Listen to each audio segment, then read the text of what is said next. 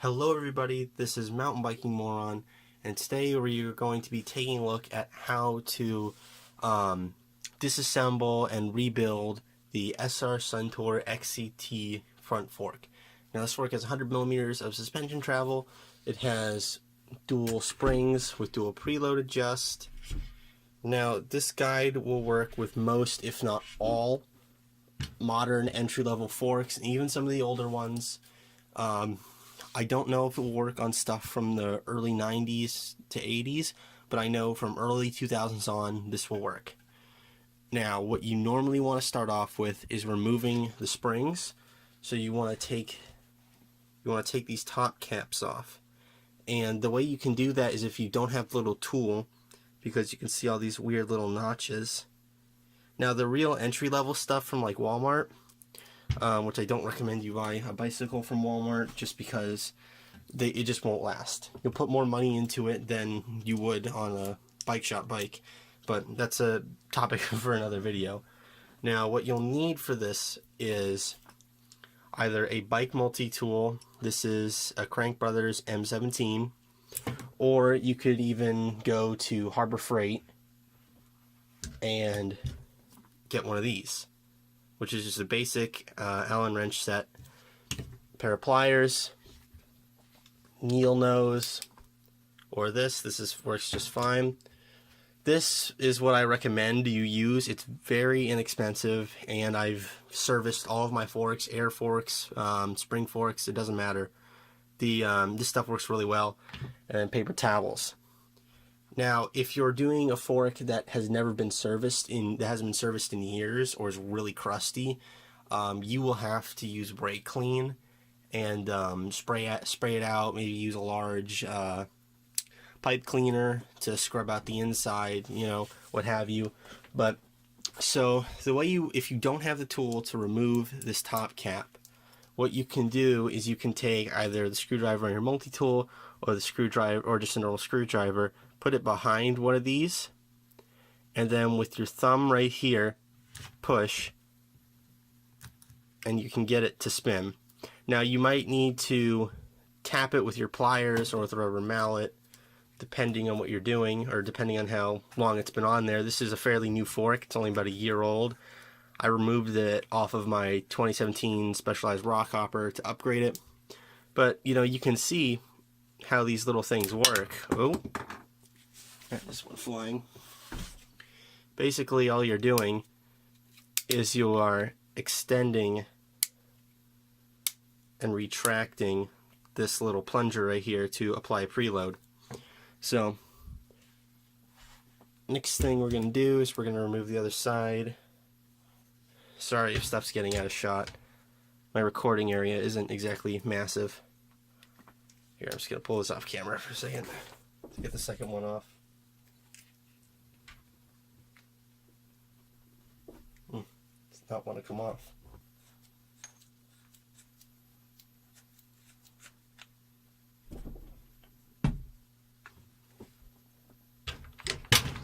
Okay, I'm back now, and I got that cap off. It just required a little bit of persuasion from my flathead screwdriver and a little bit of tapping from my pliers. Now the next step is you want to get the springs out, which you can see the spring and the little cups that sit at the top. Now you can do that just by compressing the fork. Come on, focus, camera. Okay. And then you pull out your spring, and either you can, if your forks are really rusty, if this spring is rusted pretty good, that will cause friction inside this tube.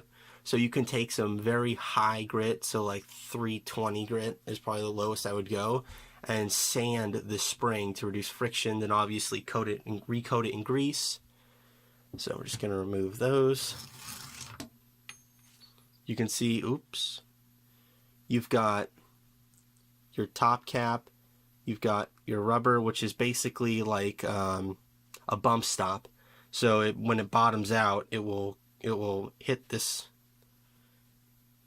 rubber tube in here with this piece. So I guess kind of like a shock. And then you've got this piece down here, which is basically what seats it onto the inner part. of the fork. Take some towels and wipe my hands off so I don't get grease all over the place.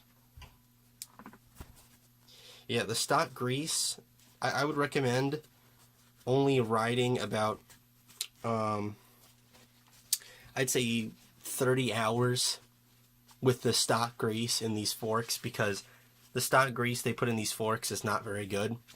But you could go, you know, like 6 months or a good 200 to 300 hours on one service if you're nice to your fork. Now, the next thing you're going to want to remove are these nuts on the bottom. That's the next step. And that's how you pull the lowers off. And that's where the pliers come in. Alright, I'm back, and I realized the wrench was just, or the pliers were just not going to work. You're going to need a 10mm wrench. You're going to want the open end for this, not the closed end. So when I come back, I will have the nuts off. Alright, I'm back. And now, once you have the nuts off, you should be able to just pull.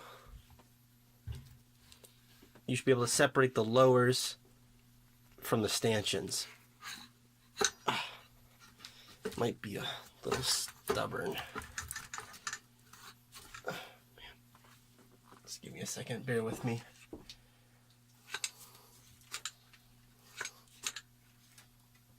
Huh.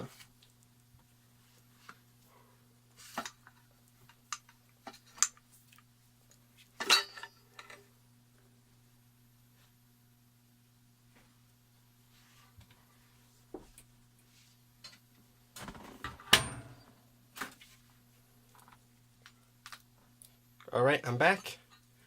This piece can get stuck on the lip over there, so just be conscious of that. So then the next step would be to remove this and this, so you can slide the plungers out of the stanchions. So that will require the pliers. I'm actually going to wipe the grease off these because they're causing me some problems. Ugh.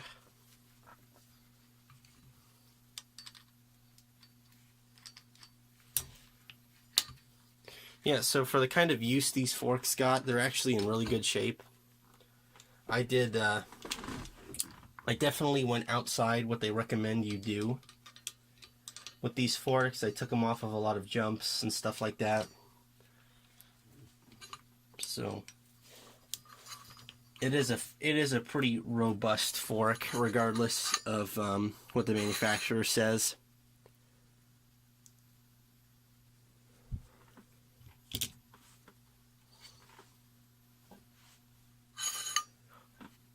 Alright, I'm back. Sorry for the constant jumps. But anyways, after thinking about it for a minute, there's really no reason for me to remove these. Just because this fork doesn't need to be disassembled like that.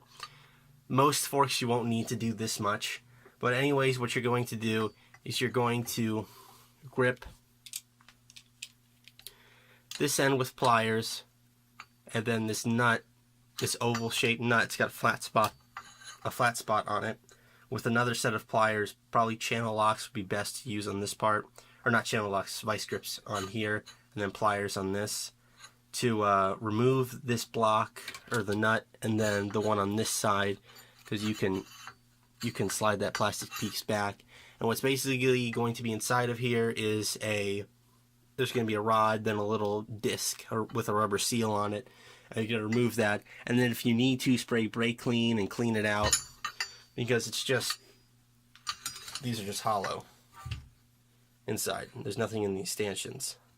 Because it's not air. If there was air, there would be a whole plunger mechanism, a valve, and stuff like that.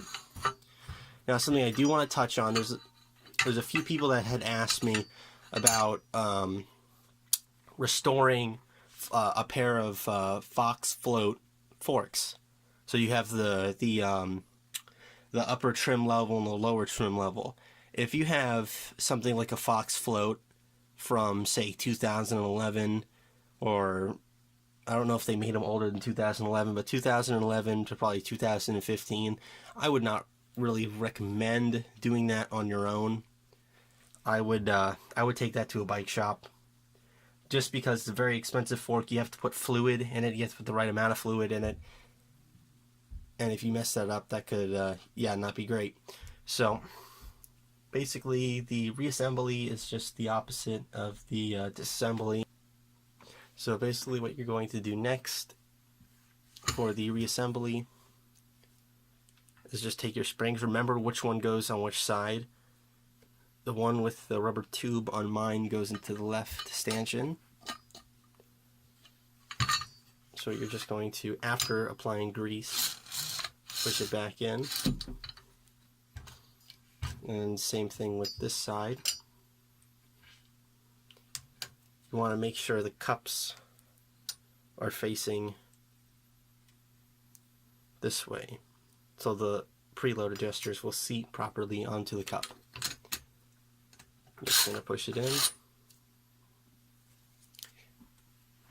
and then reinstall the preload caps. It doesn't matter which side they go on, they can go on either side. Now I would recommend, after you put these on, crank them to the maximum preload. And the reason I recommend that is because it will put pressure on the plungers, and it will hold the rods in place that you screw the nuts to. I'll show you guys in a minute. I already have these either maxed out or almost maxed out, so I don't need to adjust them. I don't think. Nope, I can still go. So I'm just going to twist this clockwise until it stops.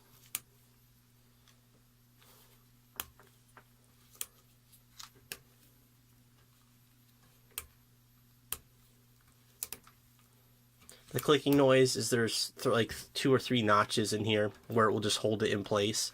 See, now that one's maxed out. Now we're going to come to this side, do the same. Now, if you have rust on the stanchions, you can take WD-40 and spray it on a paper towel, drape it over, and spray WD-40 on there, let it sit for a little while, probably about an hour. Or you could use vinegar, and what that will do is it will soften up the rust, and then you take triple-aught steel wool, or any kind of steel wool will really work, just triple-aught is really fine. And then you can basically resurface the entire stanchion. Because these are nickel plated, once rust comes through, you basically need to resurface it because it's bare steel. So that's the reasoning behind using steel wool, unless something like sandpaper. Sandpaper would take forever to, it would be totally overkill. Oh, oof, that was bad. Yeah, I'm doing this, oh shoot, I am doing this on my glass desk, so, yeah.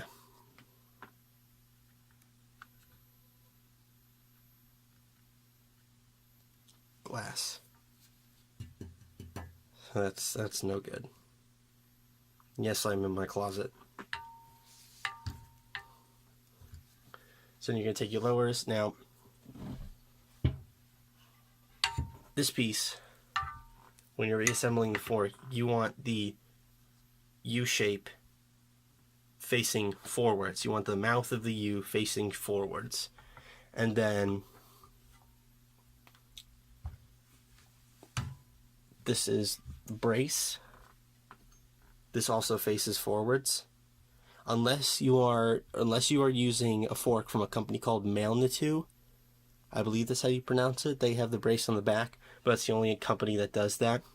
Oh, you also, before putting it back on, you want to take a paper towel and just run it along the inside of the seal to get all this dirt out of there. Because the dirt mixes with the grease and it makes like a grinding paste. And it sands the nickel plating off the stanchions. And then there's a little pocket in here. There's a little valley inside there, you're going to put a bunch of grease on your finger and you're going to fill that so it can constantly dispense grease onto the stanchions to keep them well lubricated. Now the lubrication also weatherproofs it. So if you do have bare steel and you do use the steel wool to remove the rust, as long as grease is always on the stanchions, which is this piece, these are the stanchions, then you'll never have an issue with it. It won't rust. Now, it is imperative that you never scratch your stanchions. It is so important to be careful. I see so many people sticking them on bike racks and bike lifts at bike parks and putting them on the stanchion. That's wrong. You don't do that, because then you'll gouge your stanchions, which leads to rust and also destroys your seals. Now, this bolt right here is the shaft that connects to the piston. Now the piston can freely spin around, which means this can spin around freely, which will mean you won't be able to tighten it. So that's why you put the spring and the cap in first and then tighten it all the way down to put in as much preload as possible. Now you're going to take your little nuts. Now they have a little raised section right here. That section goes into the fork instead of this piece. This piece, the top part faces out. And there really is no need to put thread locker. As far as my experience goes, I've never had to put thread locker on these bolts before. Now, higher end forks, so say an SR Suntour XCR Air, or even the XCR, the spring, the coil fork one, which is a little bit more expensive than this fork.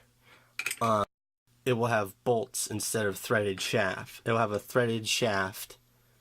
The whole rod will be threaded. It's hollow, and then a bolt will go into there, which personally I like more than the nuts, because the nuts are more difficult to secure and they strip out easier.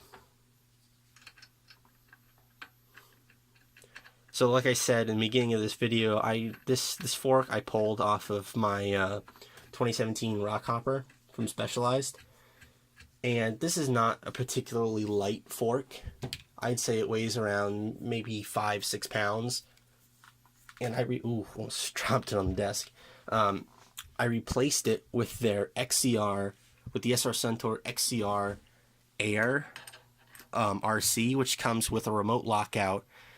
And it's like 1.5 pounds lighter, which doesn't sound like a lot, but it makes a massive difference.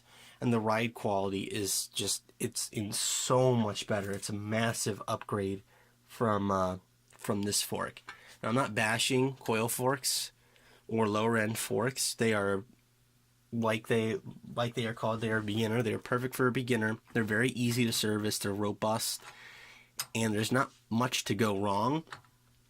Once you start servicing air forks, you have to worry about more seals, you have to worry about oil, stuff like that. But if you're going to make the move to air, I would definitely start with the XCR Air. That is by far the easiest one to work with. And you can get it for like $130 new on Amazon with the remote lockout switch. So, anyways, it's all reassembled again. Everything's back together. So that concludes my tutorial on how to service this fork and most entry-level forks in general. So if you have any questions, please comment down below. If you enjoyed this video, please like, comment, and subscribe. Thank you so much for watching.